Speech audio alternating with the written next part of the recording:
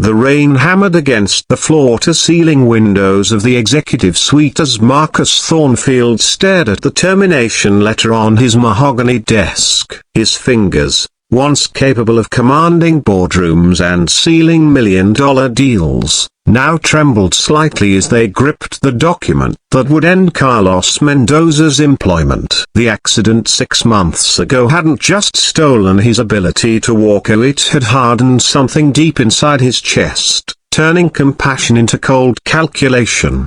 Marcus had built Thornfield Industries from nothing, clawing his way from the one-room startup to a Fortune 500 empire. But the car crash that left him wheelchair-bound had changed everything. Physical therapy was expensive, medical bills were mounting, the board was circling like vultures, questioning every decision, every expenditure. In this new reality, kindness was a luxury he could no longer afford. Carlos Mendoza had worked as the night janitor for 3 years, arriving after the executives went home, quietly maintaining the pristine offices that housed dreams and ambitions. He was invisible to most, just another pair of hands that emptied trash cans and mopped floors. But budget cuts demanded sacrifices, and Marcus had identified him as expendable. The intercom buzzed. "Mr. Thornfield, Carlos is here," his assistant announced. "Send him in." Carlos entered hesitantly,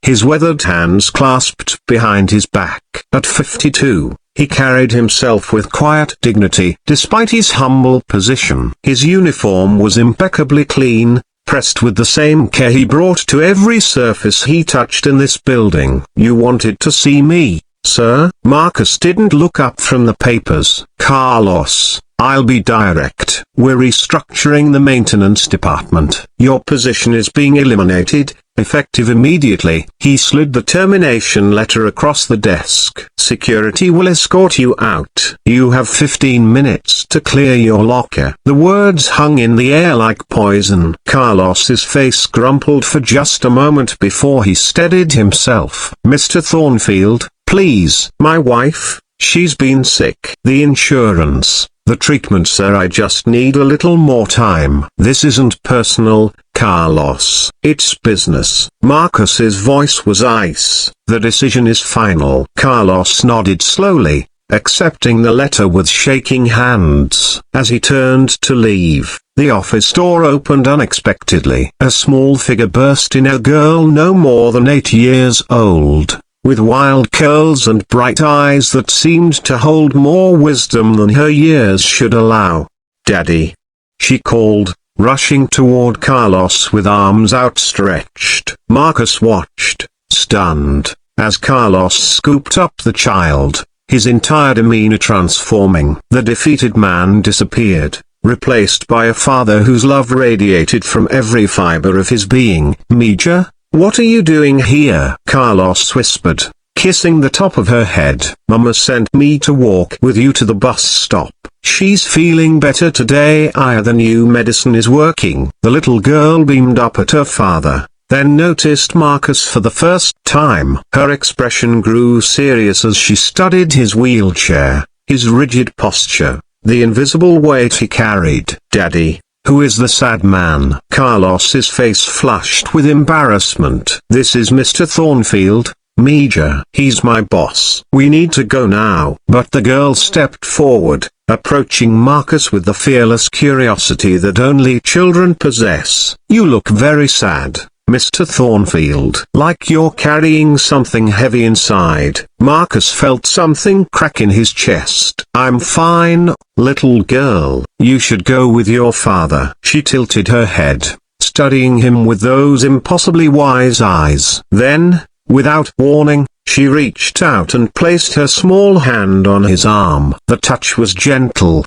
warm, and completely unexpected. "My daddy says that when people are mean, it's usually because they're hurting inside." "Are you hurting inside, Mr. Thornfield?" The question hit Marcus like a physical blow. In 6 months, no one had asked him about his pain. The board wanted profits. The doctors wanted compliance with therapy. His ex-wife wanted alimony. But this child, this stranger's daughter, had seen through to the wound he'd been hiding behind walls of anger and bitterness.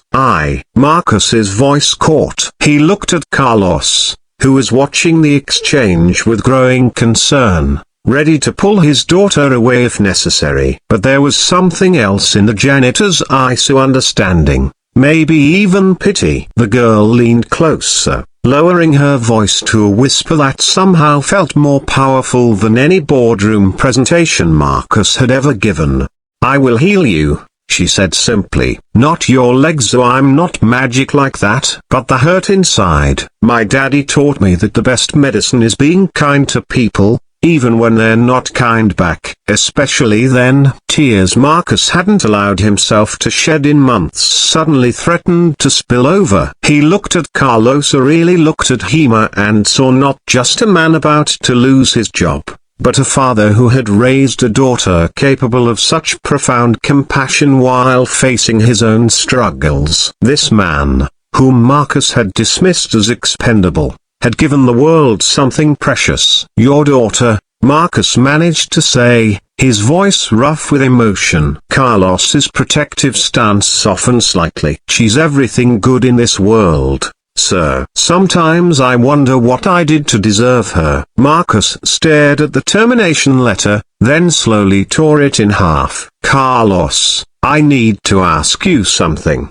How would you feel about a promotion? We need someone to head our new community outreach program. Someone who understands what it means to serve others, to find dignity in honest work." Carlos's eyes widened in disbelief. "Sir, I don't understand. Your daughter just reminded me of something I'd forgotten. Success isn't just about profit margins and quarterly reports. It's about the people we lift up along the way." Marcus looked at the little girl, who was smiling as if she'd known this moment would come all along. "She's right. Kindness is the best medicine. And I think I've been sick for a very long time." 3 months later, Marcus watched from his office window as Carlos led a group of inner-city kids through the building's lobby, showing them that dreams could live in places they'd never imagined reaching. The community program had become one of Thornfield Industries' most successful initiatives,